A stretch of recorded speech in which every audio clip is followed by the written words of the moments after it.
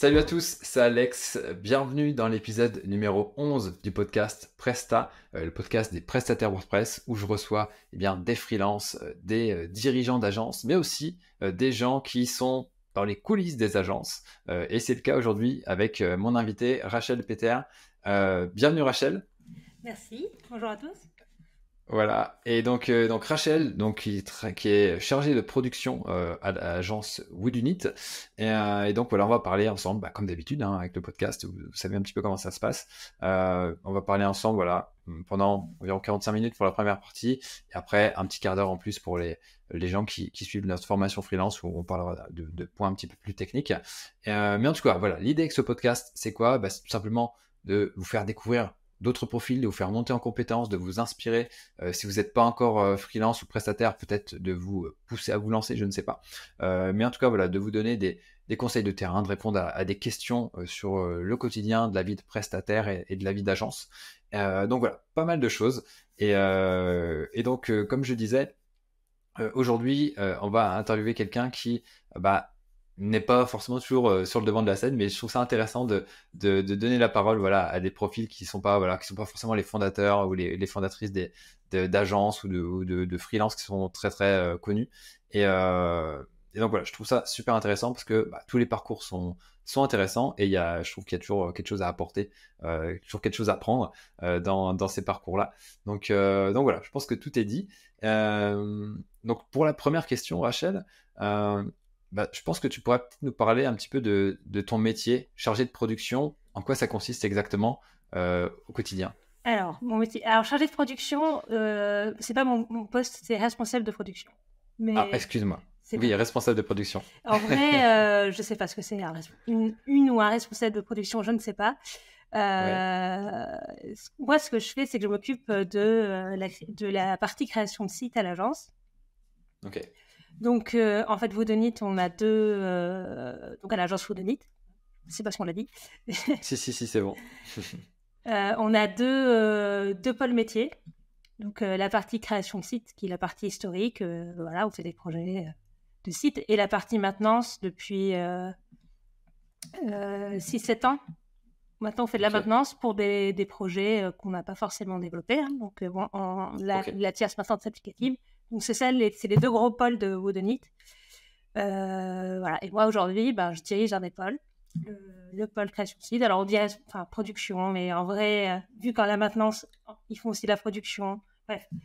Donc, Oui, c'est juste le titre qui voilà. est un petit peu un titre, mais ok. Des Mais fois, après, tu t'occupes on de va la me, partie création de site, quoi. Tu voilà. chapeautes tout ça, quoi. On va Ok. me voir sous le titre directrice de production ou ouais, ça dépend. Bon. En gros, moi, donc la grosse partie de mon travail, c'est de m'occuper de l'équipe. Donc, j'ai Ouais, fait du management et je suis une bonne partie d'avant-vente commerciale où ok. je fais les chiffrages. Je peux madame chiffrer. D'accord. Ah, c'est super intéressant, ça. On pourra en parler après tout à l'heure, je Mais ouais, pense. Ouais. c'est un vrai sujet. Oui, oui, c'est clair, parce que c'est, voilà, combien coûte un site WordPress? Ouais, Notre ouais. article a fait grand bruit. Mais c'est vrai que c'est pas toujours évident. Tu vois, en fonction des profils des gens qu'on cible, c'est sûr que voilà, au final, il y a WordPress qui est derrière, mais c'est pas du tout les mêmes projets, quoi. Donc, il y a de tout, quoi. Donc, Voilà. mais bon, on en reparlera, je pense, après. Donc ouais, tu disais que voilà, tu gérais les équipes Voilà, et les tu faisais aussi équipes, de l'avant-vente, ouais. l'avant-vente, le planning de production aussi, hein, Ok. ce qui devient compliqué quand on est une agence de 30 personnes. Ben ouais, Et j'imagine. puis la stratégie aussi, hein, donc, voilà, c'est partie un peu du, du groupe de direction de Woodonit. Ok, super.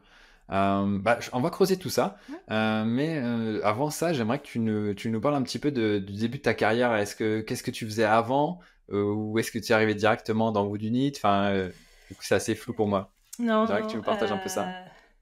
Moi, je suis allée dans le web. À la base, pas du tout. Hein. À la base, je voulais être bibliothécaire. C'était mon Ok, objectif. J'ai fait une licence de lettres modernes. J'ai essayé de passer les concours. Bref, c'est compliqué en fait. Hein. Les concours de la fonction publique, il y en a. Voilà, bref. Ça ouvre tous les 3 ans pour 8 places dans toute la France. Bref. ah ouais, d'accord. Voilà, Et il y a quand même plus de bibliothèques que ça en France, non? ouais, mais en fait, il faut y aller par la petite porte. Ok, Arriver ouais. par le concours catégorie A, il y en a qui arrivent, mais bon, c'est assez exceptionnel. Bref, Ok, donc j'ai laissé tomber, mais je suis allée, j'ai fait une licence pro dans la même fac, qui avait une partie Infocom, et donc les licence ok, pro webmaster, qui était plus webmaster éditorial, donc basé sur ouais, gérer la gestion de contenu, mais bon, enfin ça remonte, hein, c'était il y a 12 ans. Du ouais, coup, on faisait un peu tout et il y avait aussi une partie technique de développement, les bases. C'était WordPress déjà, qui à l'époque était utilisé dans la formation. Et pas direct, la partie technique, ça m'a bien plu. J'ai vu que j'étais assez douée, je trouvais ok, ça assez facile. C'est vrai que je faisais déjà un petit peu de programmation. Enfin, j'étais toujours un petit peu attirée par ça. ok, Donc, à la fin de ma licence pro, où moi, je me suis un peu spécialisée sur la partie CSS et intégration. Voilà, d'accord. donc je suis devenue intégratrice web.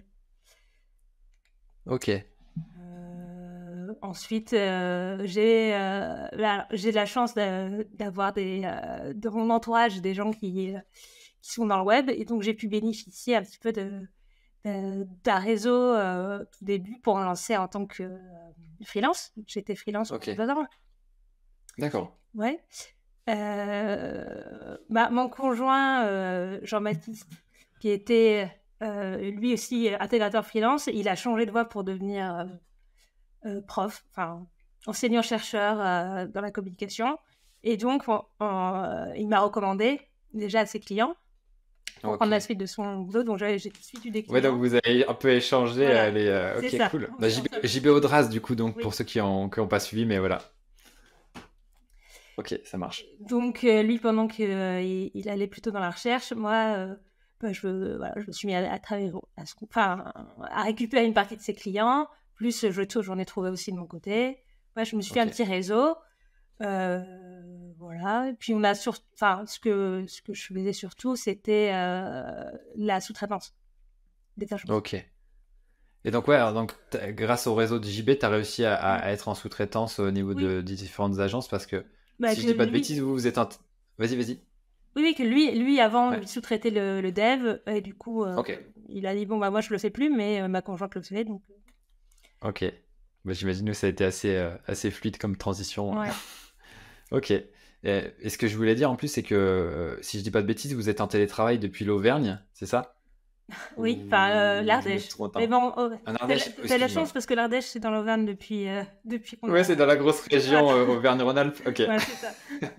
Désolé pour la petite bourde Non, géographique. mais Ouais, c'est bon, ça marche. ok. Et donc, ouais, bah après, voilà, c'est Oui, peut-être et pas. à Enfin, je sais pas, l'époque, en Ardèche, le réseau est peut-être pas super étendu à l'époque en termes de web, à quoi. l'époque, on habitait à Grenoble. Donc Ah, là, d'accord, oui, ok. ça allait bien. Puis même, de toute façon, oui, je commençais déjà à avoir des clients sur Paris, des choses comme ça. Enfin, Ouais, ouais, par ok, oui, génial. bah, je pense qu'un peu comme tous les prestataires, les nouveaux freelances, quoi. Enfin, entendre parler de quelqu'un qui cherche quelqu'un, qui, voilà. Ouais, de fil en aiguille, ouais. Voilà. Puis moi, j'étais tout de suite aidée dans les bons réseaux aussi. Ouais, Par exemple, dans les bonnes communautés. Je pense que ça m'a beaucoup aidée. Par exemple, sur Alza Création, sur le forum, donc, ouais, donc j'ai rencontré pas mal de gens là-bas. J'allais au Kiwi Party, aux événements. Ça, je pense aussi ouais. que ça m'a apporté aussi pour beaucoup, contrairement peut-être Mhm. à d'autres gens qui sortent des études, qui n'ont pas forcément ce réflexe-là. J'étais aussi active sur le forum COP1, qui maintenant est plus trop actif. Je sais pas si tu... Ah ouais, Cob One, ça me dit quelque chose, Là, ça c'était les remonte à... graphistes freelance. Ouais. Ok, génial, Et ouais. là, il y a beaucoup de ressources pour apprendre à gérer des clients, à faire son prix de journée, à faire son... Enfin, voilà. Du coup, moi, j'ai pas... Enfin, je pense que j'ai évité pas mal d'écueils en Ouais, direct, en ayant un prix de journée cohérent. Enfin, voilà, parce que je traînais beaucoup dans ces communautés-là. ok. Euh, donc, je m'en suis plutôt pas mal sortie. Euh, et ensuite, qu'est-ce qui s'est passé? Ensuite, ce qui s'est passé, c'est que à force de sous-traiter une agence pratiquement les 3 quarts de mon temps, l'agence en question nous a dit, mais est-ce que au lieu de te sous-traiter, ben, tu viendrais pas avec nous, quoi. Et le profil de JB aussi, c'était un des anciens clients de JB. Et donc, on a décidé d'acheter des parts dans cette agence et de devenir associé et co-gérant. Ok, de Wood Unit du coup. Non, c'est pas Wood Unit. Ah, perdu. Non, Ok. c'est l'agence d'avant, du coup, sur laquelle on est devenu gérant. On n'était pas fondateur, mais on était gérant. Ok. Donc, JB et moi, et avec 2 autres associés. Donc, on était 4, sans salariés. Enfin, si, on avait un alternant, je crois. Ok. JB et moi, entièrement la partie technique, et nos 2 associés, la partie gestion de projet et graphiste. Ok, ça marche. Voilà, donc on était spécialisés dans faire pas que les sites internet, hein, parce qu'ils venaient du print en fait, donc les associés. Ok. Donc faire la communication du journal des collectivités, des petites collectivités. D'accord. Et ça, c'était en quelle année du coup que vous avez rejoint cette boîte-là ? 2013-2014, voilà, à peu près. Ok, ça marche. Voilà, et bien ça s'est bien passé, hein. Enfin, moi, c'était assez formateur, quoi. J'ai beaucoup appris là, vraiment, d'être en agence, de travailler avec d'autres gens, voilà, les clients aussi, hein, de devoir plus être sous-traitant, quoi. Ouais, voilà. Ouais. Les appels d'offres, parce que forcément, c'est du public. Ok. Ouais, vous y avez que du public, c'est ça ? Non, on était spécialisés là-dedans, mais on avait aussi des fois d'autres clients à côté, mais c'était quand même... Ça marche. Voilà. Et c'était très bien. Là, on a décidé d'aller en Ardèche, de partir de Grenoble. Les autres sont restés à Grenoble, donc à travailler à distance, ça marchait bien. Ouais. Puis, bon, je vais pas refaire toute l'histoire, mais ça a commencé à vraiment, vraiment bien marcher quand on a remporté nos gros projets. Pour nous, à l'époque, des projets, tu vois, à 50K, ce qui était... Ouais, vraiment ce qu'on visait. On a commencé à gagner de l'argent et là, ben... Les tensions sont arrivées. Je pense que c'est un classique, en fait. Et nous, on avait un peu fait confiance. On avait rien comme quelque part. Et du coup, aucun pouvoir vraiment décisionnaire. Ok. Et quand le fondateur qui avait, avec sa femme, qui avait des parts aussi, nous ont dit, mais attendez, on va redistribuer un peu les choses et moi, je vais prendre beaucoup plus de salaire que vous, etc. Et Kevin, il a dit, non. Voilà. Pas d'argent, pas de problème, en tout cas. Ouais, c'est ça. C'est ça. Une fois que l'argent est arrivé, voilà, bon. C'est ça. Là, moi, on l'a vécu un petit peu comme la découverte de quelqu'un, enfin, voilà, une désillusion. Ouais, sous un autre jour, ouais. Ok. C'est ça. Et donc, on est parti, hein, parce que... ouais, c'est sûr. Ouais. On n'est pas resté longtemps, on est parti, on prie, enfin, ça s'est fait avec un avocat et tout ça. C'est toujours un peu compliqué, hein, c'est pas comme le salariat, quoi. Il faut quand même... Mais bon, on n'a pas hésité longtemps, on est parti. On a cherché du boulot, on voulait absolument bosser tous les deux ensemble parce qu'on aimait bien travailler tous les deux. Et entre le moment où on a décidé de partir, 3 semaines après, on avait retrouvé un boulot chez Wood Unit. Ok, ça marche. C'est pas trop inquiété. Et voilà. Sachant que c'était le moment où on a acheté notre maison. Donc D'accord. Ah ouais, c'était un petit peu stressant, j'imagine. Oui, mais on savait que nos profils sur le marché, voilà, on n'allait pas trop avoir de problème, même en Ardèche. Ouais. Non, mais après, surtout, alors ça, c'était en quelle année du coup que ça s'est terminé 2016. 2016, ouais, voilà. Donc il y avait, on va dire, le télétravail. Enfin, dans nos métiers, c'était déjà assez. Ça a commencé. Après, voilà, nous, on s'attendait à devoir bosser sur Lyon. Enfin, on a une heure de route pour aller à Lyon, 1 heure de route pour aller à Grenoble. Bref, à devoir être un peu mobile. Et finalement, télétravail à Wood Unit, c'était un peu aussi le début de Wood Unit en télétravail. Il y avait encore les bureaux à Paris. On était les premiers, en fait, salariés qui étaient séparés. Donc, voilà. Il y a Émilie qui était sur Lyon, mais à cette époque, elle avait un boulot à côté, donc elle n'était pas forcément 100% du temps à Wood Unit. Donc, voilà. Et on était le test, quoi. Voir si ça se passe bien à Wood Unit. Et bon, a priori, ça s'est bien passé. Juste pour préciser, moi, j'étais embauchée à Wood Unit comme intégratrice. D'accord. Et Jean-Baptiste comme chef de projet. Donc, voilà. D'accord. Ce qui n'a pas duré très longtemps. Ok. Et donc après, ouais, t'es passé du coup en Non, responsable de production directe ou tu as fait non, non, plusieurs après étapes? j'étais lead dev, front. Ouais, On s'était séparés en pôle front et pôle back-end. Et après, non, j'ai arrêté le développement après le Covid, hein, attends, 2020, un truc comme ça, 2021. Ça doit ok, faire longtemps, ouais, ouais. Ouais, non, donc j'ai fait quand même 10 ans de développement.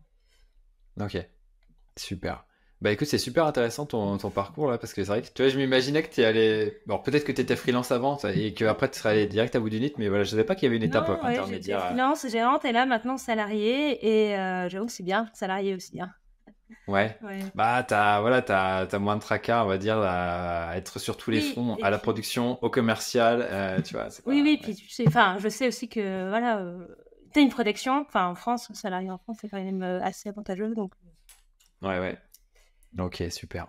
Mais je pense qu'on pourrait parler un petit peu, faire un petit focus du West. Tu en as parlé, hein, mais sur ton activité de freelance, du coup, ouais, tu étais intégratrice. Ouais. Tu as commencé à trouver des clients bah, grâce à JB, Bah, mais aussi, tu m'as dit, en faisant aussi mon ton réseau, propre bah, réseau ouais, et tout ça. Ouais. mon propre réseau, c'est parti un peu des camarades de promo. Ouais, Vu que c'était pas c'était une licence pro, mais pas technique, il y avait des ouais. graphistes, et des gens qui sont partis et devenus graphistes, des gens qui sont devenus chefs de projet, des gens qui sont devenus webmasters, des gens Ok. qui font complètement autre chose aussi maintenant. Et du coup, c'était pas mal parce que finalement, on s'échangeait les uns les autres. Ça faisait un On petit s'entendait. collectif, quoi, un peu. Ouais, mais c'est ça Ouais. qui était pas mal. Ouais. Tous les projets, il y Ok. avait. Voilà. Donc, avec des connexions, bah, voilà, j'ai une copine qui est intégratrice. Ok. Donc, Et, voilà. ouais. Et après, niveau, est-ce que tu avais peut-être alors, ce fameux syndrome de l'imposteur, au niveau confiance en Ouais. toi, tu avais peut-être des soucis? Comment ça Ah, s'est. moi, énormément, ouais. C'est Comment t'as récent. travaillé ça? J'ai arrivé à le dépasser assez récemment. Ok. Ah bah super, parle-nous de tout ça. Je pense que ça intéresse plein de monde. Oui, ben, oui, ouais, j'ai le syndrome de l'imposteur. Ouais, mais je pense que, enfin, et en même temps, comme je disais, j'ai à la fois ce truc de, j'aimais bien le développement sans être complètement passionnée, et du coup, il était hors de question que je Ouais. travaille gratuitement. J'ai quand même ce Ouais. côté un peu, je travaille pas gratuitement, ce qui fait Ok. que je pense que je suis toujours bien sortie et à pas me laisser faire par des clients qui gueulaient, enfin, ou voilà, qui étaient, non, mais attends, je leur rends oui, bah, c'est pas mon problème. Bref, du coup, j'ai ce côté-là qui m'a, voilà, je pense que j'ai évité pas mal d'erreurs que font les freelances quand ils se lancent, voilà, ne pas savoir dire non, etc. Moi, j'ai pas trop de problème avec ça. Donc, Ok. T'avais quand même un ouais. avis, même si t'avais le syndrome de l'imposteur, t'avais quand même enfin, t'arrivais à être valorisé assez Oui, pour te dire, bah non, je peux pas faire ça, quoi. oui, oui. Ok. Et tu sais d'où tu pourrais donner quelques conseils là-dessus ou c'était plus naturel ou peut-être Hum, avoir échangé avec d'autres personnes qui étaient freelance, ça t'a peut-être inspiré ou. Oui, oui, je pense que bah, beaucoup de ce que je disais sur ComOne, sur la communauté des indépendants, des graphistes indépendants, il y Ouais. a justement, surtout pour les graphistes qui ont, je pense, beaucoup plus ce truc de pour mon boulot, c'est une passion, donc travaille Tu fais des gratuitement. dessins. Voilà. Et oui, il y a beaucoup de concurrence aussi, Oui. et voilà. Donc je pense que un peu les gérants de cette communauté, ils faisaient montraient beaucoup d'exemples. Enfin, voilà. C'était toujours les mêmes questions sur les forums qui revenaient et comment gérer ça et que, enfin voilà, vraiment assumer que ce que tu vends, ça a de la valeur, en fait, vraiment.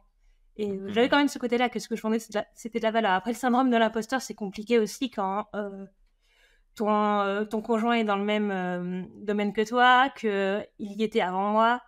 Et voilà, Mhm. donc il y a ce truc-là aussi quand tu es freelance. Et encore plus quand j'étais co-gérante, ouais, j'avais moins de 30 ans. Donc, enfin, aux événements, les gens comprenaient pas trop. Enfin, voilà. Et puis d'être aussi une femme technique. Enfin, il y a Ouais. ce truc où je voyais que j'étais souvent sous-estimée. Mais, Ouais, ouais. ouais, enfin, souvent, Après, des fois, c'est on bien de comprenait les pas, je faisais sous-estimer des parce que efforts. Oui, ouais, tu oui, peux plus surprendre justement quand tu t'affirmes. Mais après, c'est sûr, c'est pas forcément évident, tu vois. ouais.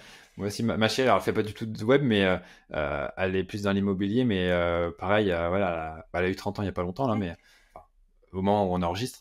Mais c'est vrai que des fois, les gens, quand ils la voient, ils disent, What, même moi, quand j'étais plus jeune, tu sais, c'est le petit jeune qui se lance dans le web. Oui, bah Tu sais, oui, t'as mais un là, peu les darons de 50 ans qui te mettent la main sur l'épaule, qui disent c'est bien, mon gamin, alors qu'ils comprennent rien à ce que tu fais. Mais bah, complètement l'âge. Et oui, et je voilà. pense qu'il y a un truc en plus quand t'es une femme.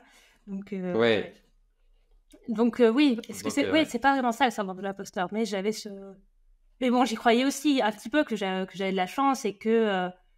euh, même si je savais que j'étais douée, que... si j'avais pas eu mon mec qui était dans ce milieu, j'y serais pas, quoi.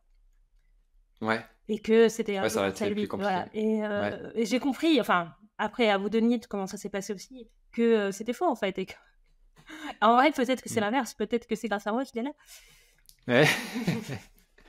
On saura peut-être un jour le format de l'histoire. Ok. Et tu disais que du coup, ça fait pas si longtemps que tu as surpassé ça. Oui, Est-ce qu'il y a un moment où tu t'es dit, où il y a un déclic qui s'est fait, si tu peux nous parler un petit peu de ça? oui, ben, je pense que ça a été plus tard à Woodonite. Au début, j'étais l'intégratrice, puis même, c'était Death Frank le nom du poste, mais Ok.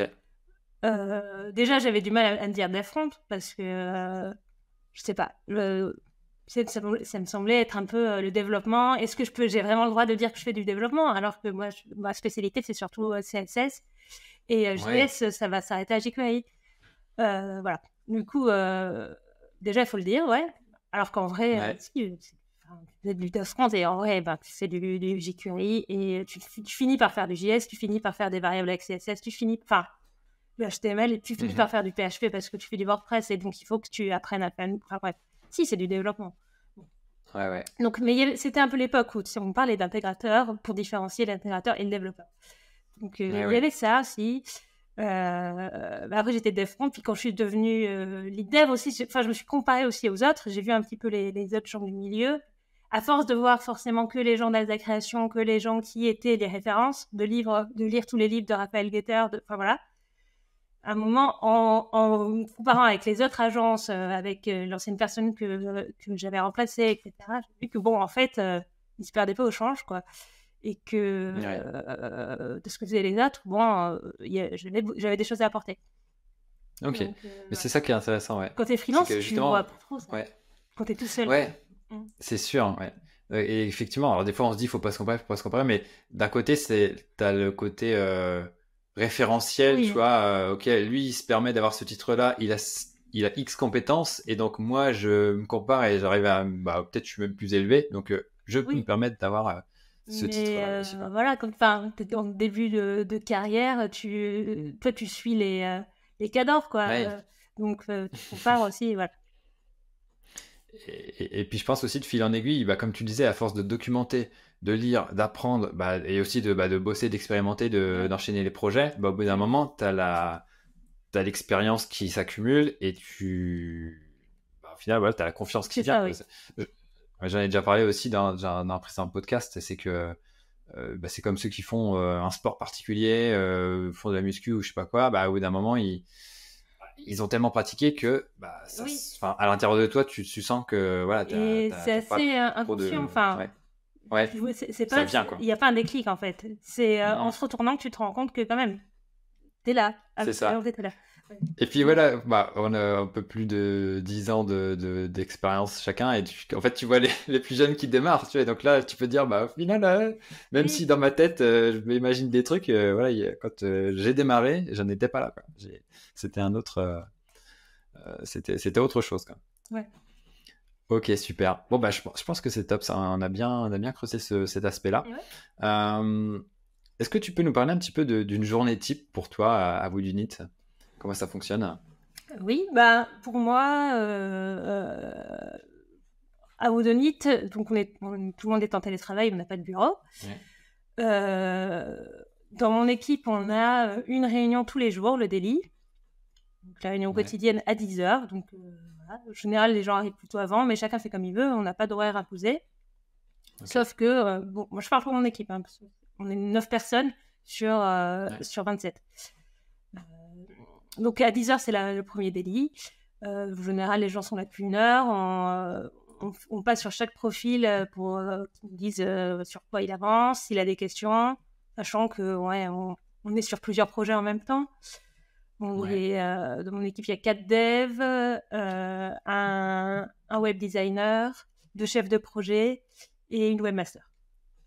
Ok, super. Voilà, donc ça c'est à peu près un quart d'heure, une demi-heure. Si des fois on dépasse, on papote un petit peu aussi.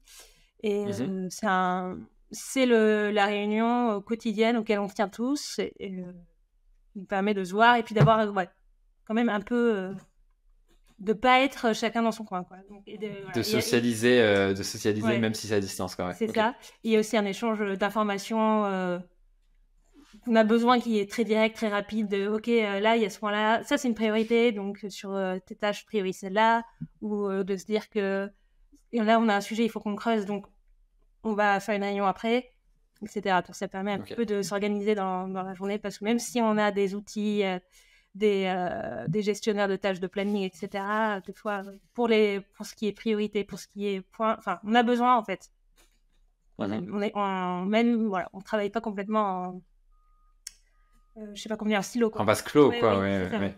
Ok. Ouais, donc la petite réunion du matin à 10h, et puis après d'autres réunions si nécessaire. Voilà. Après, chacun, ceux qui font de la prod, j'imagine, ils vont développer, ils vont faire. Voilà. Donc, moi, je passe sur les plannings. Le plus important, c'est d'avoir le planning toujours nickel. Ça, c'est... Donc, si il y a des gens qui demandent des congés, des choses, je repasse sur tout, vérifier les plannings et toujours mettre à jour, et l'agenda aussi, d'avoir toujours les agendas à jour. Donc, ça, c'est hyper important quand t'es 27.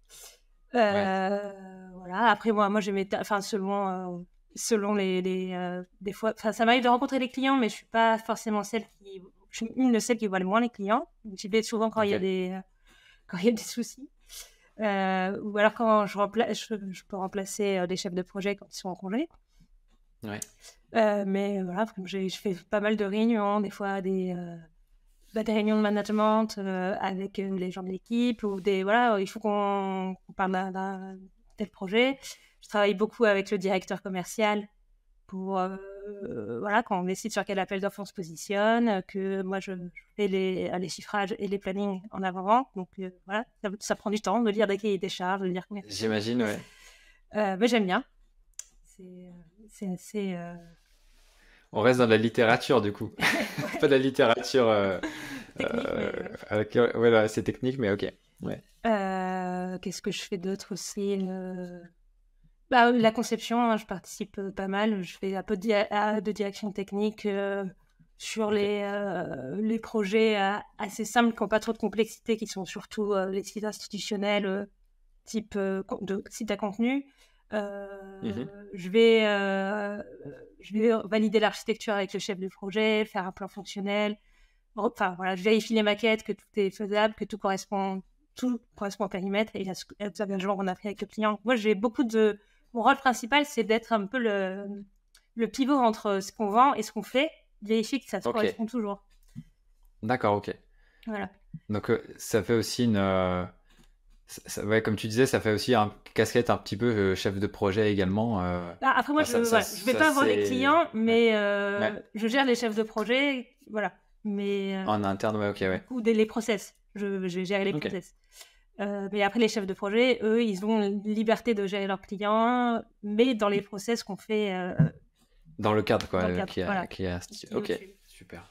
Voilà, et avant, si tu veux, il y avait une partie commerciale qui était séparée complètement, quand moi j'étais à la prod, quand j'étais dev. Et maintenant qu'il y a quelqu'un qui a fait de la prod, qui chiffre, et qui dit ça, c'est tant de temps pour faire ce bloc, c'est tant de temps pour faire ça.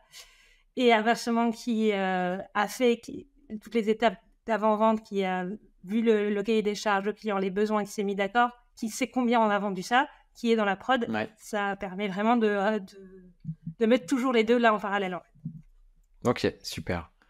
La chose sur laquelle je voulais revenir, qui me semblait intéressante, c'est effectivement la gestion des plannings. Et comme tu disais, quand tu as plusieurs personnes, ça doit pas être évident, parce qu'il faut que tu arrives entre guillemets à mettre les bonnes personnes aux bons endroits pour que le projet soit délivré à temps, Et quand il y a plusieurs projets, ça doit pas être évident de jongler avec tout Ouais, ça, c'est quoi. ça. Donc, Ouais. T'as un peu l'impression de jongler avec des gens, hein, parce que tu dis, bon, lui, il va faire ce oui, projet. c'est ça. Voilà.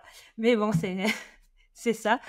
Et Ouais. après, l'équipe en a besoin, hein, qu'il y ait quelqu'un qui... Voilà. C'est toujours un peu bizarre, mais ouais, c'est des ressources. Mais en fait, c'est des gens. Il faut que tu les Oui, voilà, attribues c'est à ça. des... C'est voilà. à des créneaux, à des tâches où effectivement, bah, nous on le voit aussi avec avec une moindre mesure, avec notre planning éditorial, tu vois, quand on prévoit des articles, bah voilà, il y a un rédacteur qui est dessus, etc. Alors, pour l'instant, nous, c'est pas très très gros, mais rien qu'à notre niveau, c'est Ouais. des fois un beau bazar parce que tu sais, t'as les articles en français, après il faut les traduire, etc. Ouais, ouais. Ça devient vite le bazar. Donc j'imagine pour une gestion de site, quand tu sors un site à 50K et qu'il y a X Ouais, ramifications c'est ça. dans le projet, des gros cahiers des charges, ça doit pas être évident de trouver des bonnes personnes Ouais. pour tout sortir dans les temps. Ben ouais, Ouais. en vrai, on y arrive parce que déjà, on vend les choses qu'on sait faire et qu'on maîtrise, Ouais. vraiment. Puis on est très... Enfin, comme moi, c'est comme ça que je gère avec les clients, mais très transparent sur combien de temps ça prend pour faire les choses, combien de temps on a besoin. Et donc, nous, on dépasse jamais les plannings. Donc, des fois, on se met un peu charrette, mais on les dépasse jamais. Par contre, les clients, eux, ils sont jamais à l'heure. Ouais, les contenus, les fameux contenus à livrer. Alors, il y a les contenus à livrer, c'est le pire. Et c'est quand les contenus sont dans une API sur des fichiers, des bases de données, et qu'il faut comprendre comment la base de données est faite, qu'on attend la doc, qu'on attend. Ouais. Non, c'est D'accord, vraiment. ok. Ouais. C'est les contenus, en fait, hein, toujours. Mais, Ouais. Donc au final, ça donne un petit moment de respiration dans le projet, quoi. oui. Ces délais, quoi. Mm. Je crois que depuis que je fais des projets, c'est arrivé 2 fois qu'on tienne le délai initial que le client voulait en avant, Ok. parce que le client était ultra pressé, et pour le coup, Ouais, ultra ouais. prêt. Mais sinon, il y a ça et le moment de valider le design où il faut faire valider à toute la hiérarchie avant, etc. Où là, souvent ça prend du retard. C'est les deux phases, hein, Ouais. le contenu et le design.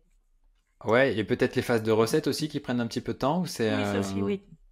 Ouais, Ouais, ok. oui, ça. Mais là, en général, on est déjà à plus 2 semaines, 3 semaines quand on a des Ouais, recettes et que le client qui dit oui, mais en fait, j'aurais besoin de plus de temps. ok. Et peut-être que ça serait cool que tu nous partages un petit peu alors, rapidement, hein, mais comment dire, le process justement de la conception de site chez Woodunit. Donc voilà, tu as peut-être la réunion.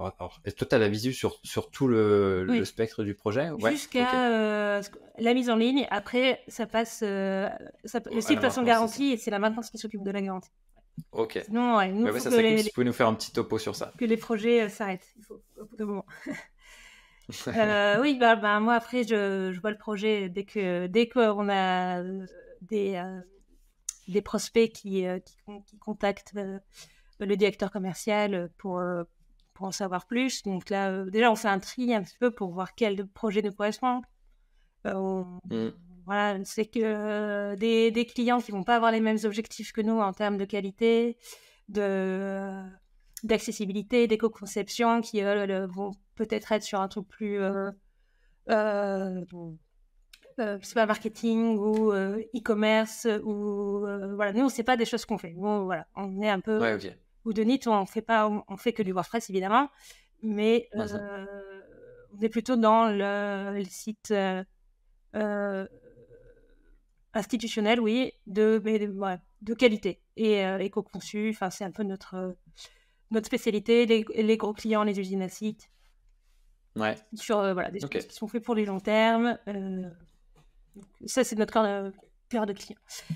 Ok. Bref, et dès l'avant-vente, en fait, on passe beaucoup de temps, on sélectionne les appels d'offres et ensuite on passe beaucoup de temps et moi je fais le chiffrage détaillé en avant-vente en fait. Donc le backlog, je le fais D'accord. en avant-vente. Comme ça, on a un truc qui est assez précis, qui te permet voilà, de pas trop se tromper, de pas trop avoir de déconvenus sur les fonctionnalités qu'on avait sous-estimées, mal compris. Voilà, on va assez loin. Ouais. Voilà, donc ça, c'est un peu un cours du travail. Le cours du travail, enfin, de l'avant-vente. Et du coup, c'est pas trop risqué de passer autant de temps sur... Enfin, j'imagine que bien. ça permet de... comment dire, Voilà. de blinder un petit peu le truc, mais il y a quand même un petit risque pour que au Après, final... voilà, bah, là, je vais pas trop. Ouais. C'est plutôt Anandor, le directeur commercial, d'en parler parce que Ok, c'est sa partie. C'est surtout lui qui s'occupe de ça, mais on essaye ok. d'avoir un taux de conversion assez élevé et on sélectionne les projets, ceux qu'on pense qu'on a vraiment des chances de remporter. Voilà, Ouais. pour justement, parce que c'est un temps qu'on a investi et voilà, qui est assez conséquent. Mhm. Sur un projet, ça peut être 10 jours de travail, vraiment, Ah ouais, ok. 10 jours, Ça ouais. va. À plusieurs, hein. Je Après, veux dire, j'imagine... entre Ouais, ouais. JB, directeur technique, qui va écrire la mémoire technique, les échanges avec le client, enfin, voilà, bref, il y a plein de... Ouais, ok. Donc oui, ouais, c'est quand même un gros boulot, mais bon, passons au fait que le client a signé, c'est vendu, ça y est. C'est tout bon. Qu'est-ce qui se passe après? Après, ben, on va démarrer la conception. Donc, on fait plusieurs ateliers. Un petit atelier, on travaille sur l'architecture du site, le plan fonctionnel. Donc là, on se met sur les contenus en général, si c'est une refonte, comment ça s'organise, quel type de publication on a. Là, on commence déjà à faire une liste d'éléments, de blocs, de fonctionnalités dans Ouais, matérialiser voilà. les besoins en technique, Ouais, quoi. mais Je veux dire. Qu'est-ce qu'on va mettre techniquement c'est derrière, assez quoi. technique. On commence même à identifier, je sais pas, par exemple, les taxos, à leur donner des noms, Mhm. voilà, est-ce que c'est hiérarchique, est-ce que c'est non hiérarchique. Ouais, c'est assez technique. C'est vraiment basé Ok. sur l'architecture WordPress. Donc, par exemple, on va même jusqu'à dire cette page, ça sera front-page.php, cette page, ça sera sortie.php, etc. Enfin, à faire un petit peu l'architecture à la fois technique et éditoriale. Ça, c'est un peu Ok. la base de travail. Voilà, donc, valider ça avec le client. Donc, c'est voilà, premier atelier. Non, il y a un premier atelier avant que j'ai oublié où on présente notre méthodologie et surtout Ok. en atelier qualité et comment on travaille, comment faire un suivi qualité sur un projet et l'accessibilité, les co-conceptions, ce qu'on met en place pour voilà. Ça, on le fait un peu systématiquement depuis un an maintenant. Ok. Voilà, ensuite, bon, le plan fonctionnel, architecture technique. Ensuite, c'est la partie wireframe. Donc là, on va un peu plus précisément sur l'interface, comment hiérarchiser les contenus. On vérifie que la navigation soit logique. S'il faut, sur des projets techniques métiers, on peut faire d'autres livrables comme euh, des user flow ou des admin flow, c'est-à-dire Ok. un schéma de l'utilisateur, il va là, s'il fait clic là, il va ici, s'il fait oui, non, il Du répond. customer de journée, quoi. Ouais. Ouais, peut-être, je sais pas. Je Ok. suis pas très marketing, moi, à la base. Donc, Ouais, enfin, ouais, ouais, c'est le nom qui me venait à l'esprit dans ce que tu me disais, mais ouais, oui, en tout cas, tu c'est visualises un petit peu le tunnel, là, par où est oui, c'est censé ça. passer le visiteur. Ouais, ok. Pareil, côté admin, s'il faut. Parce que, des fois, on a des sites avec des fonctionnalités, enfin, métier, quoi, vraiment, du client. Donc, Ouais. voilà, faut faire des choses en place. Et l'étape d'après, c'est le design. Donc, avec les voyages, Ok. tout ça, on fait valider chaque étape, évidemment, au client. Ouais. Le design, donc, nous, c'est ce on travaille maintenant sur en design système. Donc, c'est-à-dire, on ne va pas forcément faire gabarit de page par gabarit de page, mais plus travailler la charte et ensuite chaque élément atomique qui vont Mhm. être ensuite repris pour faire des petits blocs qu'on retrouve partout, qui eux-mêmes vont faire des composants, voilà. Dans le Des design système, compositions. ça pourrait être un Ouais. sujet de vidéo à part entière, tellement voilà, c'est un, c'est un concept intéressant. Mais voilà, donc Mhm. on fait un design système. Donc voilà, pas de baquet graphique print, quoi, mais on pense composant du site. Ok. Donc, et de toute façon, on fait aussi un développement composant par composant. Donc, là, on arrive dans notre logique de développement. Ouais, ok. Le design est validé, ou alors en tout cas les premières, si on doit, pour une question de planning, superposer le design et le développement, les premiers, euh, les premiers pas du design sont validés. Ensuite, c'est les sprints de développement. Donc voilà, on a deux développeurs par projet, partage entre Ok. développeurs de thème et développeurs de fonctionnalité. Ok. Voilà, c'est un peu plus... c'est pas front et back, c'est le développeur de thème fait aussi toute la partie PHP, la désinitialisation du thème. Et le développeur de fonctionnalité, le custom dev, on l'appelle, lui, c'est un profil plutôt back, il va s'occuper à la fois de gérer aussi les environnements, mais de faire les grosses, les fonctionnalités, déjà les bases de données, enfin, plus le côté... Ouais, toute la mécanique qu'il peut y avoir derrière un site, hormis ce qui est affiché en... Ouais, Et là, bon, c'est un peu en train d'évoluer, mais les custom devs font aussi la partie React sur Gutenberg. Mais ça peut... c'est plus ou moins évolué parce que maintenant, ils s'en font tous. Les thème devs aussi. Ok. Voilà. Ensuite, normalement, on s'est posé la question des contenus bien avant et on les a réclamés déjà 10 fois aux clients. Ouais. Arrive le moment où on attend les contenus, ou avec un peu de chance, on les a. Donc là, on a un profil qui met les contenus. Ça dépend. Des fois, c'est les clients qui les mettent eux. On leur fait une formation et ils les mettent eux-mêmes. Mais le plus souvent, c'est nous qui les mettons. Donc, le développement est fini. Ça nous permet de faire à la fois une recette interne, voir ça marche pas. On fait les derniers réglages. Voilà. Ensuite, ça part en validation côté client. On les laisse sur le papier 2 semaines, mais c'est vrai que des fois, il y a besoin de plus de temps pour qu'il fasse ses tests. Et après, c'est la mise en prod. Voilà, ok. Là, s'il faut, on fait un audit. On propose au client d'auditer le site si ça correspond aux objectifs en termes d'éco-conception ou d'accessibilité. Et puis après, c'est garanti. Ça, c'est un projet type d'une refonte d'un site unique. Voilà. Après, quand on fait des multisites, des usines à sites, il y a d'autres étapes. Mais... Ouais, ça complexifie un peu plus les projets. Mais ok, non, mais je pense que ça donne une bonne vision un petit peu du process. Ça pourra inspirer pas mal de personnes qui nous écoutent. Alors, il n'y aura peut-être pas forcément pour un freelance besoin de mettre autant d'étapes, parce que ça sera plus... Enfin, vous serez en direct aussi avec les clients, mais en tout cas, après, moi, je parle ça, c'est les sites... moyen conseil, mais c'est quand même des sites assez costaud, oui, je pense. Oui. C'est rarement des petits blogs. Ok, génial.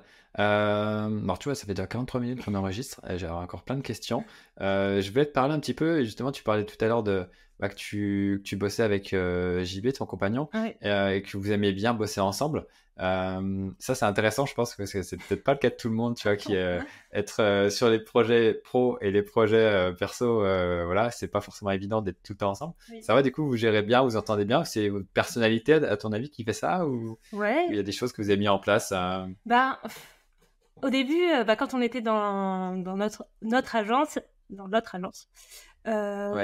était hors de question qu'on travaille de chez nous, justement, parce qu'on se disait que ça allait être impossible.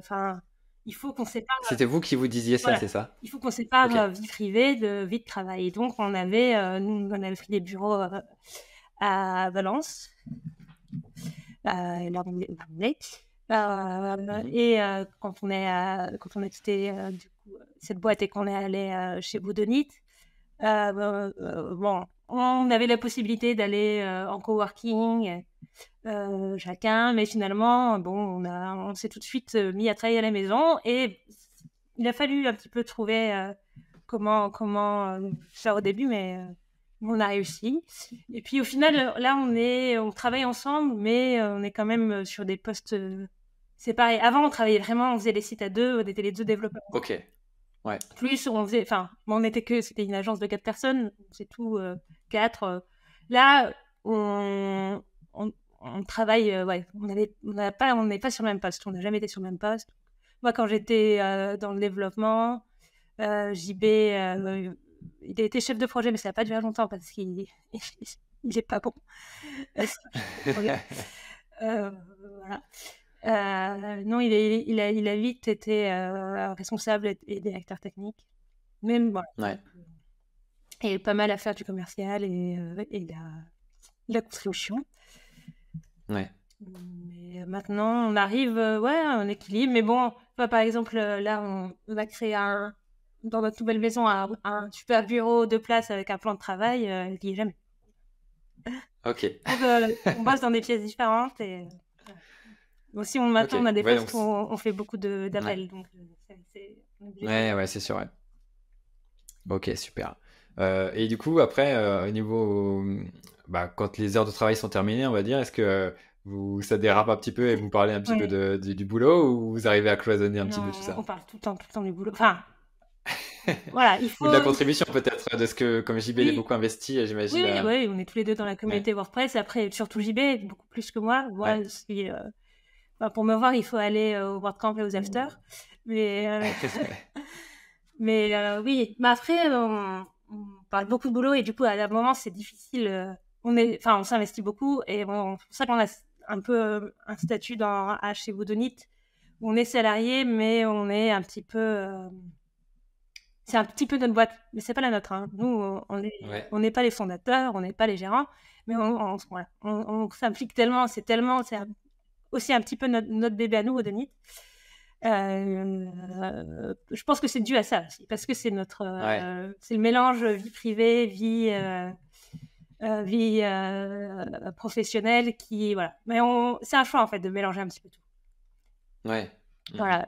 Mais c'est cool, hein. Si ça marche, tant mieux, hein. Ça marche. Mais tu sais que des fois, au bout d'un moment, on se dit, on part en vacances tous les deux, on fait que parler du boulot, que parler des collègues, que Ouais. parler. Voilà. Dernièrement, enfin depuis 3 ans, on s'est passionné pour l'escalade, donc c'est bien nouveau sport. Donc Ouais, on voit ça des fois voilà. sur les réseaux, pour ceux qui savent, qui surveillent un petit peu les différents profils de... Et Ouais, ben depuis, c'est ça cool. a changé un petit peu parce que du coup, Ok. quand on a l'escalade, c'est difficile de parler du boulot. Ouais, il faut se concentrer, Voilà, quoi. on a autre chose à penser. Donc on arrive, je pense que C'est ça nous ça. a apporté le fait de prendre plus de distance aussi, prendre moins les choses à Ouais. cœur et voilà. Donc, émotionnellement, c'est devenu plus calme. Ouais, parce que vous n'avez pas d'activité forcément hors boulot avant pour pas décompresser, mais pour Bah, voir autre chose, quoi. moi un petit peu, j'y vais dire que son Ouais. activité hors boulot, c'était faire la contrib WordPress. Ouais, voilà, c'est ça. Donc bon, Donc là, ça voilà. se recoupe Après pas mal, ouais. effectivement, ouais. Mais oui, après moi, personnellement, je fais du sport tous les soirs et Ok. parce que ouais, je travaille chez moi avec mon collègue. Donc sinon, voilà, on n'a pas d'enfants aussi, il faut dire. Donc Ouais. je pense que ça joue aussi. Les enfants, c'est Ouais, notre ouais, ça manière de joue. penser à autre chose, à mon avis. C'est ça. C'est eux qui te l'imposent. Ouais, je pense. Donc, ouais, mais le sport, et puis pareil, partir en vacances, ça veut dire partir de chez nous. Sinon, ça marche pas. Ouais, On peut pas être tous les deux bah, c'est ici, clair. ouais. Ok, cool. Bah, j'aimerais qu'on parle de WordPress maintenant un petit peu, parce que le pauvre, on l'a un petit peu mis de côté tout au long de Ouais, oui, de c'est ce vrai. podcast, pardon. Comment tu vois l'évolution de WordPress? Après, j'imagine que tu es assez aligné avec JB, mais comment ça serait bien d'avoir Oui, ton alors moi, avis? À moins que tu aies des divergences, je sais pas. non, en vrai, ça fait longtemps qu'on n'a pas bien parlé de WordPress avec JB, et moi, maintenant que je fais plus de prod, je suis un petit peu Ouais, moins ce qui se passe. Mais ok. de ce que je vois évoluer, j'ai assez confiance dans la souplesse de WordPress pour s'adapter. Voilà, il y a toujours cette peur un petit peu du marché qui s'écroule d'un coup parce que une autre technologie, un autre CMS prend le pas, mais j'ai assez confiance dans les choix qui sont faits au niveau de la direction de WordPress. Je pense que pour le coup, Ouais. ça me semble assez solide et quand on voit comment tout ça évolue, comment Google s'investit dans WordPress, enfin, voilà, c'est assez rassurant du Mhm. fait que c'est pas fini tout de suite. Puis même, Ouais. pire si c'est fini et que voilà, c'est pas grave non plus. Mais voilà. Il y a quand même une inertie qui fait que c'est pas pour demain, quoi. Et encore, moi, je trouve que Ouais. justement, WordPress, par le fait que c'est un logiciel libre avec une grosse communauté, ça le rend souple en fait. Mhm. Enfin, peut-être pas. Après, oui, je connais que ça en fait. Moi, j'ai jamais travaillé avec un autre CMS, mais même les solutions propriétaires, c'est peut-être encore plus compliqué pour faire un choix radical, changer d'éditeur comme ça s'est fait. Ouais, Enfin, ouais. là, peut-être pas en fait, j'en sais rien. Mais je pense que même si ça bloque. On voit au niveau de la communauté de passer sur Gutenberg, ça a été en 2018, ça a été un peu dur, je pense, pour plein de Ouais, ouais. gens. Maintenant, ça me semble acquis, mais c'est bien d'être forcé à faire ça je trouve que justement, ça reste de rester réactif et que WordPress, même si sur le coup, ouais, ça me fait râler un petit peu et que ouais, j'avais ce truc quand même, il faut pas que ça devienne comme Elementor, il faut pas que ça devienne un page builder, il faut pas que ça devienne... Mais bon, au final, je pense qu'il faut écouter ce que la communauté, ce que WordPress, c'est aussi quelque chose qui doit rester très démocratique, très facile. Voilà. Bah, c'est ça, c'est qu'à la base. Vas-y, excuse-moi. Non, l'utilisation qu'on a de WordPress dans les agences, c'est pas celle du cœur de cible de WordPress. C'est ça qu'il faut. C'est sûr, voilà, c'est ça.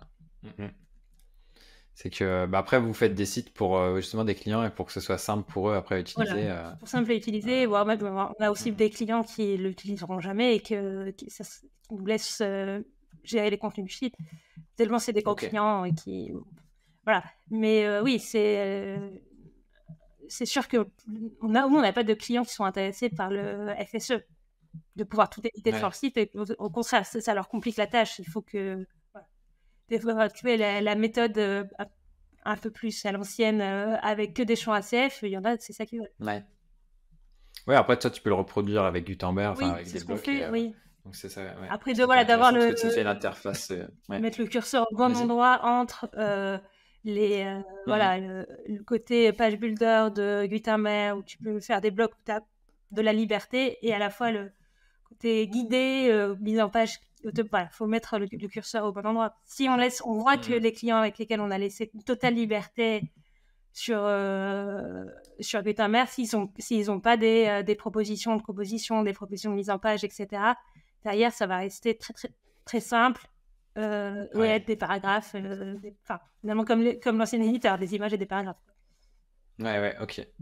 Et est-ce que tu penses que sans ce changement avec l'arrivée de Gutenberg, etc. en 2018, est-ce que tu penses que WordPress aurait pu, pas survivre, mais si tu veux, est-ce que tu crois que ça aurait eu un impact s'il serait resté sur cette lancée-là? Je pense que ça serait plus devenu un CMS d'agence et moins un CMS en public. En public voilà. Ça peut pas concurrencer Webflow ou les autres. J'ai jamais mis. Il aurait peut-être vieilli un peu plus vite. Ouais, il aurait peut-être vieilli un peu plus vite. C'est-à-dire il serait passé du côté des sites pour faire des sites sur mesure, mais pas si tu veux faire ton site perso rapidement, etc. Et ce marché-là, il est. Enfin, c'est pas en termes de marché, mais c'est la philosophie de ce logiciel, en fait, d'être accessible et que ce soit pas un truc de professionnel. Ouais. Ok. Non, moi aussi, je pense que, comme tout le monde, j'ai été un peu surpris avec les blocs et tout ça parce que tu étais habitué. Mais c'était un bon choix, à mon sens, de partir là-dessus parce que c'est Matt qui le dit aussi, c'est que ça a permis de faire une transition et d'avoir un CMS open source qui a des technologies modernes, on va dire, pour être vraiment concurrent open source au Wix et au Squarespace, etc. Complètement. Et puis, là, c'était un bon choix. Après, c'est vrai que non, vu qu'on est une agence qui choisit de suivre WordPress, donc on a direct pris le pli Gutenberg, comme on direct le pli FSE, même si on n'arrive pas tellement à le mettre en place sur des projets parce que c'est pas besoin de nos clients à nous. Et même pour les clients maintenant, Gutenberg, ils sont suffisamment matures pour gérer Gutenberg. On leur fait une petite formation quand même, mais et puis c'est vrai qu'il y en a aussi qui recherchent. Je disais qu'il y en a qui veulent les sites où tu remplis les données et la mise en page se fait toute seule, mais il y a quand même aussi l'inverse, des gens qui veulent de la flexibilité. Il y a les deux, donc. Mais plus au niveau du contenu, pas forcément au niveau du reste du site, comme tu disais, Oui, ça, ouais, pas non ils plus. veulent pas modifier leur en-tête, etc. Quoi, ça sert à rien. Non. Mm. Non, ou alors, enfin, voilà. Et t'as ceux aussi qui veulent, au cas où, pouvoir tout modifier, alors qu'ils ne le Ouais, feront jamais. Et là, il faut leur c'est ça. expliquer que ça leur coûte plus cher, et que ça les rend moins autonomes. Ouais. Ouais, et puis qu'il faut pas faire de bêtises quand même. Ouais. Parce que s'il y a des pépins, après, voilà, il faut tout. Oui. Donc, ouais, c'est ça qui est intéressant, c'est que tu vois, enfin, avec WordPress, bah, la philosophie de base, c'est démocratiser la publication. Et puis là, avec tout ce qui arrive, le FSE, c'est démocratiser le design et tout ça. Ça me faisait un peu peur de me dire, ouais, on va laisser les commandes à tout ça, ça Ouais. va faire n'importe quoi. Donc, d'un côté, oui, mais après, voilà, quand tu fais un site en agence, bah, le site, il est forcément cadré Oui, pour éviter que ça, mais ça l'idée, parte dans c'est tous les aussi de sens. penser à l'expérience du contributeur. C'est pour ça qu'on fait aussi Ouais. l'admin flow et pas que le user flow dans les livrables. C'est, voilà. Et Mhm. c'est compliqué hein, parce que c'est vraiment de l'UX en fait. Comment tu arrives sur cette interface du back-office de WordPress et que tu arrives Mhm. facilement à retrouver ce que tu veux faire sans que ça soit. Surtout que ça change très vite en ce moment. Oui, Donc, il y a des choses qui après, arrivent, des nouveaux blocs qui sont ajoutés, le FSO qui arrive. Donc, après, voilà, t'as plus forcément des fois l'interface. Bon, après, oui, quand c'est des sites agences, j'imagine que c'est c'est forcément sûr, cadré, mais ouais. ouais, ouais, mais en même temps, nous, on suit les mises à jour de WordPress, donc Et ben, il faut tout suivre parce que si t'as des trucs qui là, il sont y a ajoutés des. à Je vais chaque pas mise vous à dire, jour. hein, mais des Ouais. sites qui sont sortis il y a 6 mois, où il y a un blog qui marche plus parce qu'il a changé dans le corps, et du coup, il faudrait adapter. Ouais. Là, c'est pour ça que maintenant, maintenant, c'est un peu obligatoire hein, pour les sites, parce Mhm. que voilà, c'est normal, il n'y a rien qui est figé, donc. C'est ça. J'ai une petite expérience comme ça qui m'a fait un peu peur, c'est quand j'ai tourné ma vidéo pour présenter le Spectra. Je sais pas si tu vois ce que une extension comme une collection de blocs, mais bon, Oui, ça se dit Page Builder dans WordPress, dans l'éditeur. Et oui, du coup, Spectra, je vois. je l'ai testé et je teste ça en local et du coup, j'avais la version, tu sais, j'ai la version bêta d'activer et je fais ma vidéo, je commence, je glisse un bloc, erreur. Qu'est-ce que c'est que ce truc? Et en fait, c'était parce que justement, j'avais la dernière version et dès que je suis revenu, bah, alors là, au moment où j'enregistrais, c'était la 6.3, la dernière version. Dès que j'ai remis ça, hop, ça a fonctionné, quoi. Oui. Mais tu vois, donc, ça veut dire qu'il y a quelque chose qui a été rajouté. Alors, il va falloir qu'il corrige le truc avant que la 6.4 sorte. Mais du Ah coup, oui, on ça se fait des surprises et c'est classique. Ouais. tu perds 20 minutes à comprendre ce que c'est, quoi. Oui, oui, oui. Mais c'est pareil quand tu utilises le plugin Gutenberg, tu as la version plus Ouais, récente et ouais, c'est. c'est pas toujours évident. Ouais. Ok. Bah écoute, super. Bah écoute, on va arriver à la fin de la première partie. Je vais te poser mes petites traditionnelles questions de fin. Ouais. Voilà, donc si tu peux me donner un nom de constructeur, bah, j'imagine que voilà, il n'y a pas trop de Ouais, secret, mais Gutenberg, mais bon, est-ce que c'est un constructeur? Je sais pas. ouais, Mais ça aide à faire des choses en tout cas. non, en vrai, j'en ai jamais utilisé d'autres, sauf quand j'ai dû faire un peu des tickets de maintenance des fois pour aider le support. Je me Ok. retrouve sur Visual Composer. Ah oui, là C'est dur. c'est retour vers le futur. Ouais. Ok. Plugin SEO, Yoast. Yoast. Ouais, je Ok. sais que Un plugin de. c'est pas très Ah non, moi franco-français, je mais l'utilise, Yoast, c'est j'aime bien Yoast, moi il n'y a pas de souci. bon. Je fais même pas du prosélytisme pro SEO press, tu vois, ou SEO qui. Je devrais peut-être, hein, Oui, bah, après, c'est mais celui, c'est vrai que j'ai toujours eu Yoast et bon, je suis habitué. c'est Yoast, C'est oui, une inertie. c'est bien, puis bon, ouais, on aime aussi la philosophie de Yoast, de la boîte. Ouais, ok. Euh, Plugin de sécurité, C'est QPress, CQPress. Performance, VP Rocket. ouais. Je vais retirer cette rubrique performance parce que tout le monde me dit ça. Alors là, peut-être, alors là, il y a plus de choix. Plugin de formulaire. Gravity Form. Ok. Eh ben, moi aussi, c'est le même. Ouais. Mais Euh, surtout avec la dernière version où ils ont intégré Gutenberg dans leur façon de faire les formulaires. Enfin, la dernière, ouais, ça ouais, date, ça doit c'est avoir un super an, mais sympa. Ouais, ouais. c'est bien. Et là, si je dis pas de bêtises, alors j'ai pas testé, mais tu peux même en faire en mode Typeform, je crois, qui sont en pleine page. Et ça s'émancipe de ton interface et tu Ah, peux faire, tu sais, t'as champ par champ qui s'affiche. Alors j'ai pas testé, mais oui. j'ai cru voir passer Oui, ça. oui, je pense que en creusant, tu dois pouvoir le faire. Ouais.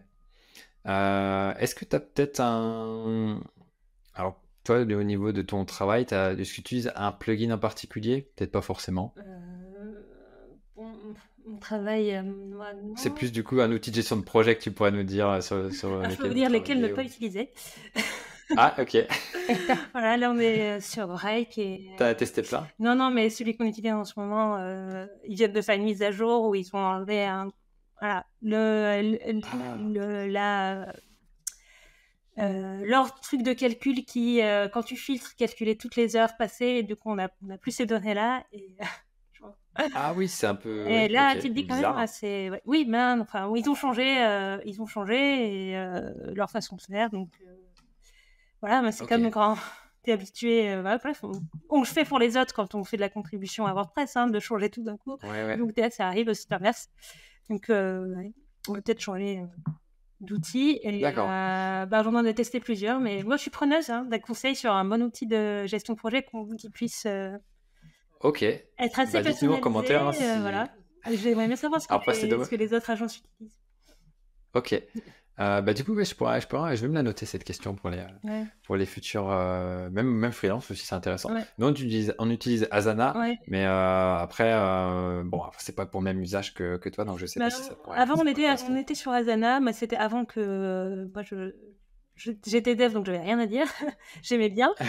Et maintenant, on est passé sur Rike, qui est très bien parce que c'est presque un outil no-code, Ok. mais bon, et qui est lourd. Et l'interface, voilà. Les gens en général ont du mal à s'y faire et c'est long, quoi, d'arriver à en faire quelque chose quand même. Ok. Je pose la question de tout faire en Notion, mais ça me paraît beaucoup de boulot. Euh, Mhm. Et puis la migration, j'imagine pas le bazar, quoi, ouais, quand c'est tu ça. dois tout. Parce que là, du coup, ça va être pour ta pomme Bah si, oui. s'il y a une migration, voilà. On va demander aux chefs de projet de faire leur projet, mais bon, Ouais, c'est ça, c'est ouais. sérieux, ouais. Ouais, ouais. Ouais, bah, c'est ça, c'est pas évident en fait. Quand tu es habitué à Oui. dans des outils et que il y a un problème ou que tu dois changer ou qu'ils augmentent leur prix de 50% du jour au lendemain. Ouais, il y a ça aussi, hein, parce que Du... c'est cher, clairement. Ouais, Ouais, et en plus, nous, l'autre partie de l'agence, la partie TMA, maintenance, même si on est deux pôles, on travaille quand même régulièrement ensemble. Les devs se dépannent les uns les autres, on récupère des tickets, des choses comme ça. Donc, Mhm. c'est bien qu'on soit sur le même outil. L'outil, il est Ouais. connecté à notre gestionnaire de tickets, voilà, qui est Zendesk. Donc, voilà, enfin, ça remet tellement tout en cause Mhm. que ça paraît... Ouais, c'est pas Ouais. évident de changer l'infrastructure Ouais. ouais, de l'organisation. Ok, bon bah écoute, on verra. Alors après, tu vois, le podcast, il va pas apparaître tout de suite par rapport à la date d'enregistrement, Ouais. donc peut-être que tu auras déjà fait la bascule à ce niveau-là. Donc, Peut-être. mais, euh, mais du coup, on verra s'il y a quand même des recos. Ok, bah écoute, c'est top. Merci beaucoup, Rachel. Tu vois, au final, faut que j'arrête de dire que ça va durer 3 quarts d'heure parce qu'à chaque fois on fait 1 heure. Mais j'ai peur que si je dis 1 heure, ça dure plus longtemps. Ah ouais. Donc on Bah, verra. après, je vais peut-être Mais couper, hein, parce que je m'étale assez facilement. non, non, il n'y a pas de souci. Il n'y a pas de souci, t'inquiète pas. C'est pas de ta faute. Hein, tous les invités sont quasiment là. On arrive toujours là-dessus, t'inquiète D'accord. pas. Mais donc voilà. Mais toutefois, voilà, comme je le disais, voilà, on arrive sur la fin de la partie 1. Et donc on va continuer dans la partie 2 avec Rachel où on va parler de... Bah, je pense qu'on va parler de chiffrage parce qu'on n'a pas eu le temps d'en parler. Ça pourrait être cool Ouais. de faire un petit point là-dessus. Et donc voilà, pour ceux qui suivent la formation devenir freelance WordPress accompli et qui veulent un petit peu creuser, enfin, qui ont suivi la formule complète. Mais voilà, en tout cas, si vous avez apprécié cette première partie, eh bien, n'hésitez pas à noter l'épisode, me dire ce que vous en avez pensé si vous êtes sur YouTube, enfin partout où vous le voulez, hein, que ce soit sur Twitter, n'hésitez pas à nous faire un coucou. Et, euh, et puis voilà, si jamais vous avez besoin de vous former à WordPress, wpchef.fr, il y a aussi les formations de VP Marmite Pro.